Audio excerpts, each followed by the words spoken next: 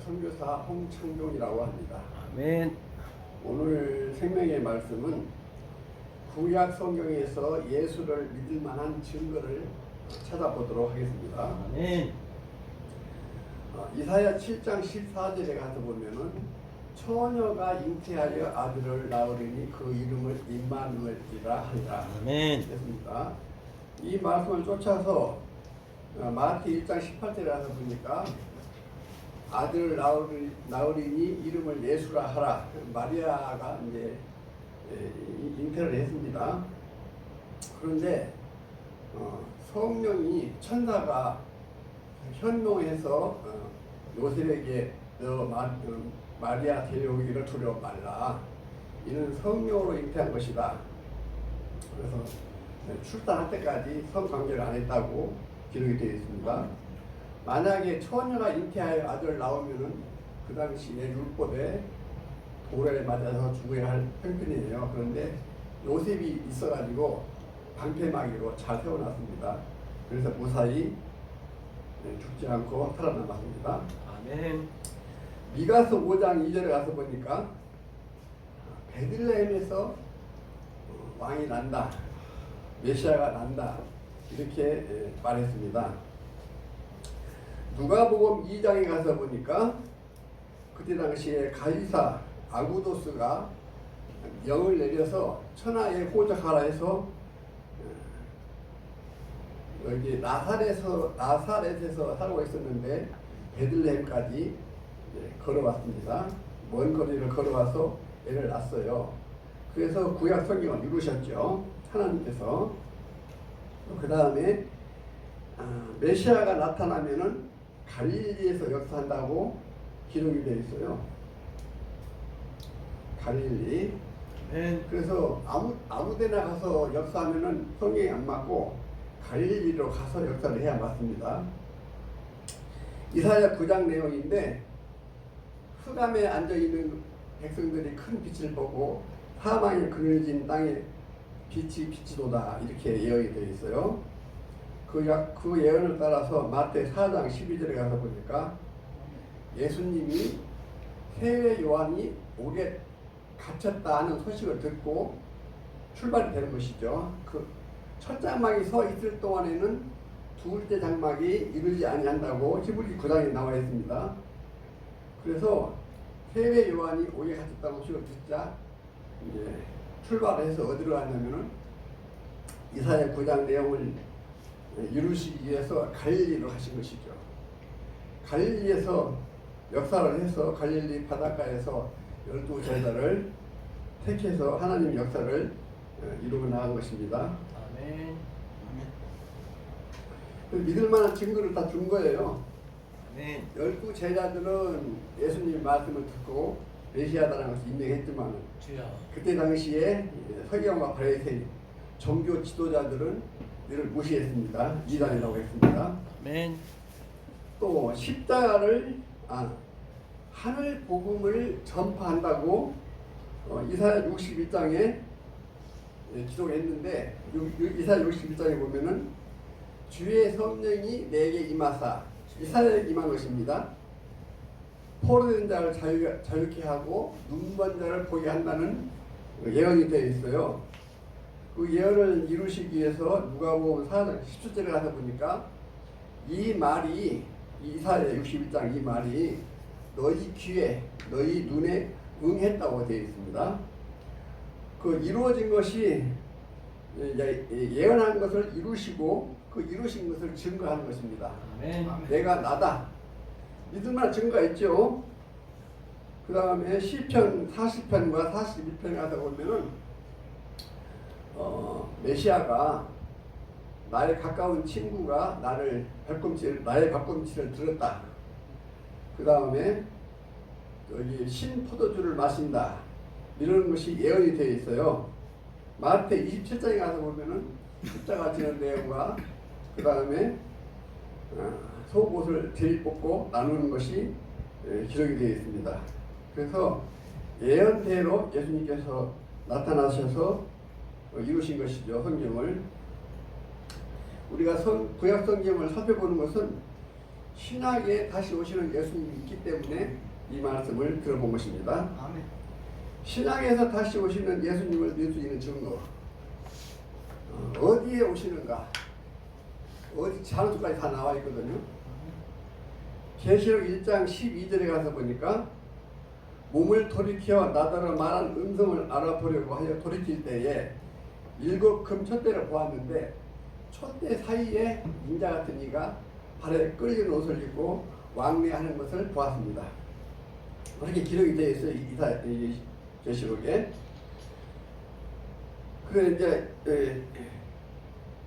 일단은 7교회에 등장하게 되어 있는데 이 지구촌이 5대양 6대주인데 어디에 촛대가 7교회가 나타나는가 장소를 마련하는데 이사야 41장에 보면은 동방에서 사람을 일으킨다고 되어 있고요. 계시록 7장 2절에 가서 보니까 해 돋는 데로 와서 하나님의 인을 친다고 되어 있어요. 아멘. 해 돋는 데는 동방이고 그렇습니다. 여기까지 장소를 마련했어요. 근데 5대양 6대주에 7금 촛대가 나타나야 되겠죠. 7금 촛대는 세대 요한이 7 켜lep지는 등불이라고 했습니다. 진리의 사자예요. 그 다음에 여기 계시록 1장 12절의 내용에 보면은 7금 촛대는 여기 모세가 출애굽기 25장 8절에 가서 보면은 하늘에 있는 것에 모형을 지어놓은 것이 첫 장막과 둘째 장막, 성소와 지성소를 만들어놨는데 이 성소에가 7금 촛대가 있습니다. 여기가 길리비 사자, 길리비 재단이에요. 그 소림 때나 재림 때나 길리비 재단에 나타난다. 이런 것이 기록이 되어 있습니다. 촛대 사이에 인자 같은 이가 발에 끌려는 옷을 입고 출현했죠. 근데 그 모양이 눈은 불꽃 같고 발은 빛난 주석 같고 이렇게 나와 있어요. 그러면 이런 사람이 아니죠. 사람이 어떻게 이렇게 눈이 불이 납니까? 성령체로 오신다고 이렇게 기록이 된 것입니다. 네. 그 오른손에 7별이 있고 입에서 좌우에 낯선 검이 나온다. 입에서 검이 나오는 거 봤습니까? 검이 아니고요. 배도자와 멸망자를 심판하는 말씀이에요. 생명의 말씀을 검이라고 합니다. 심판의 말씀이죠. 그 다음에 또 신약에서 다시 오신 예수님 계시록 2장 18절에 가서 보니까 두아디라 교회의 사자에게 편지하기를 그 눈이 불꽃 같고 그 발이 빛난 주석 같은 하나님의 아들이라고 되어 있어요. 그러면은 해당 목자들이 그 인자 같은 이라고 하니까 예수가 아니다 이런 말을 하고 있는데 여기에 보면은 분명히 하나님의 아들이라고 되어 있어요. 그래서 하나님의 아들이 성령체로 오기 때문에 이 계시록을 기록한 사도 요한이 자기 스승을 알아보지 못했지요. 왜냐하면은 육신의 몸이 아니기 때문에 알 수 없는 것이죠. 그러나 천사가 가르쳐주기를 하나님의 아들이라고 했어요. 말라기 3장 1절에 가서 보니까 내 사자, 길리비 재단이죠. 내 사자가 길을 예비할 것이요 그 후에 언약의 사자가 임한다고 되어 있어요. 그러면 내 사자가 있고 언약의 사자가 있는 것입니다. 길리비 사자가 있고 언약의 사자가 있는 것입니다. 이 말씀대로 나타나는 것이죠. 계시록 1장 20절에 가서 보니까 7별은 7교회의 사자요 7촛대는 7교회라고 되어 있어요. 7별은 하늘에 있는 별이 아니라 7사자를 말하는 것이죠. 7명을 세워서 7목자를 세워서 길을 예비하는 것입니다. 네. 초림 때 세례 요한이 켜서 비춘 등불이라 했는데 등불이 7이에요. 하나 같지만은 실제로 역사하는 것은 7이 역사하는 것입니다. 우리가 기록이 되어 있지 않기 때문에 몰랐는데 오늘날 실상이 나타나고 보니까 7이 출현했더라. 하는 것입니다.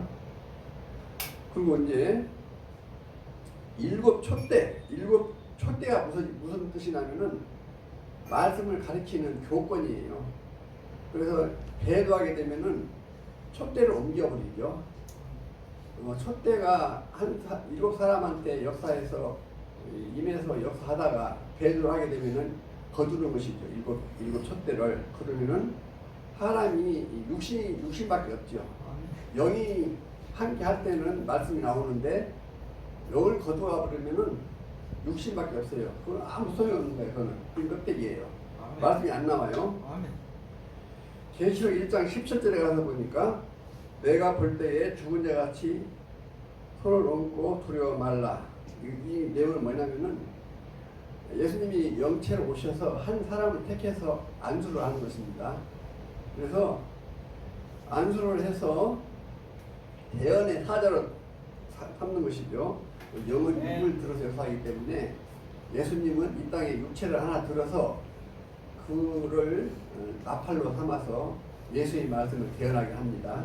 그래서 초신 때에도 예수님께서 내가 하는 말은 내 말이 아니요 아버지의 말이라 했어요. 예수님은 하나님 말씀을 대언하는 것이죠. 나로 말미암지 않고는 아버지께 올 자가 없다 했으니까 예수님 안에 하나님이 계신 것입니다. 하나님이 예수님과 함께 해서 역사하는 거예요. 그래서 뭐 이사야 7장에 가서 보니까 거기 고향에 가서 보면은 그는 기묘다요 모사여 전능하신 하나님이라고 되어 있어요. 예수님이 하나님이라고 하는데 개체가 분명히 있어요. 우편에 앉아있다 했기 때문에 개체가 따로 있는 것입니다. 그래서 하나님이 영이 예수님이 오셔서 함께 하게 되면은 하나님의 말씀을 거기에 나오니까 하나님이 하는 것이지 예수님이 하나님이 아닙니다. 하나님이 있고 아들이 있는 것이에요. 함께 했을 때 하나님이 되는 것이죠.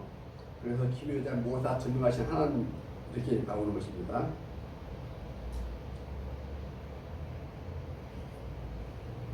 자, 대언의 사자, 약속의 목자를 좀 더 깊이 알아보겠습니다.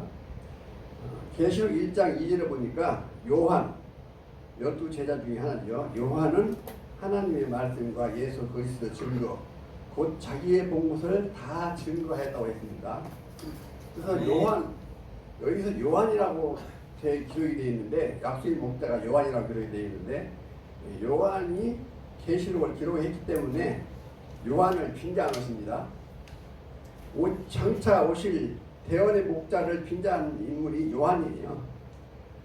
네, 이사야는 오실 예수님을 빙자한 인물이기 때문에 성령이 내게 임하사 했지만은 이사야에게 임한 게 아니라 예수님에게 임해온 거예요. 그래서 우리는 이런 비유되는 것을 잘 알고 해석해야 됩니다. 요한복음 5장 19절에 그러므로 예수께서 저에게 이르시되 내가 진실로 진실로 너에게 이르노니 아들이 아버지의 하시는 일을 보지 않고는 아무것도 할 수 없다. 여기서 계시록 1장 2절에 요한은 본 것을 증거했다고 되어 있고 예수님도 요한복음 5장 19절에 보지 않고는 아버지에 대해서는 말할 수 없다. 그 본 것이 증인이에요. 보고 증거하는 것이 정확한 것이지 보지 않고 증거하는 것은 이럴 것이다 저럴 것이다 자기 생각에서 나오는 말이지 정답이 아닙니다. 본 것이 있어야 돼요. 그래서 사건이 나타났을 때 서로 옳다고 주장하는데 증인이 있어요. 본 사람이 있어. 그 사람을 판사가 손을 들어주는 것입니다. 그와 같이 본 것이 있어야 된다. 계시록 4장 1절에 가서 보니까 이 일 후에 내가 본다라고 보고 증거하는 것입니다. 하늘에 열린 문이 있는데